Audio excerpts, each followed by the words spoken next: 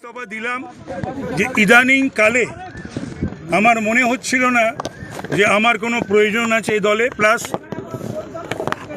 যে situation অ্যারাইজড out of এই প্রতিদিন যে দুর্নীতি দুর্নীতি দুর্নীতি এবং একটি শব্দ বিধানসভার ভেতরে বাইরে বা যেখানে গেছি সেখানে দুটো মিছিলের সামনে পড়েছিলাম গাড়ি নিয়ে, সেখানে সেই পরিস্থিতি আমাকে বড় নাড়া দিয়েছে।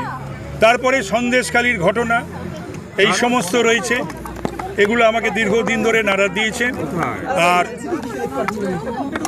আমার বাড়িতে 12ই জানুয়ারি দলের লোকজন তারা একটি ইডিকে পাঠিয়ে দিয়েছিলেন এবং আজকে 52 দিন, সেটা এই 52 দিনের মধ্যে দল আমার পাশে দাঁড়ায়নি, কেউ আসেনি। যদিও আমি ইন্ডেটেড to all the political parties for political fraternity, যে সমস্ত রাজনৈতিক দলের নেতা এবং মুখপাত্ররা ওই দিনের যখন ঘটনা চলছে, এই ডিরেট চলছে, তারা সকলেই আমার হয়ে বলেছিলেন, কিন্তু আমার দলের তরফ থেকে আমি জানি না কোনো অজানা রিজন যে কেউই, ইনক্লুডিং আমার পুরনো দলের সুপ্রিমো অনারেবল সিএম, আজ 52 দিন পর্যন্ত তিনি একটা ডেকে নাও, আমাকে ফোন করা বা আমার মিসেস বা মেয়েকে কনসোল করা, ওরা তো ট্রমাটাইজড হয়েছিল।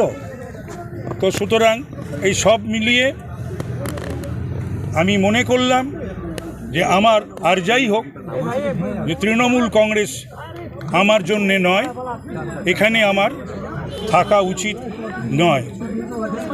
আর যেখানেই ডিক করছে সেখানেই দুর্নীতি, যেখানেই ডিক করছে সেখানেই দুর্নীতি। আর এখানে ভালো মানুষ অনেকেই রয়েছে, কিছু মানুষের কৃতকর্মের জন্য, অপরাধের জন্য সকলেই যেন একটা দুর্নীতিগ্রস্ত, এরকম একটা যেন বারবার আমার মনে হচ্ছিল। তো সুতরাং যাই হোক, আমি বেশ কিছুদিন ধরে আমি কোনো যোগাযোগও রাখছিলাম না কনস্টিটিউয়েন্সির সঙ্গে, দলীয় বা বিধানসভা সমস্ত কিছু, সকলেই সেগুলো বোধহয় হয়তো আপনারা জানেন। হেন দিন থাকতো না যে আমি বিধানসভায় আসতাম না বা আমার বিধানসভা কেন্দ্রে আমি যাইনি। তো আজকে আমি ইস্তফা দিই। আগে অনারেবল স্পিকারের সামনে সই করে ওয়েস্ট বেঙ্গল লেজিসলেটিভ অ্যাসেম্বলির যে মেম্বার, তার থেকে আমি ইস্তফা দিলাম।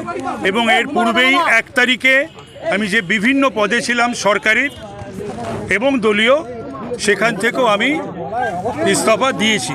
1 মার্চ আজকে এমএলএ থেকে রিজাইন করলাম। এই সমস্ত কথার কোনো একটিও উত্তর আমি দেব না। আমি কি করব না করব সেটা আমার সিদ্ধান্ত। এখন আমি ফ্রি বার্ড, আমার সিদ্ধান্ত আমি কি করব না করব।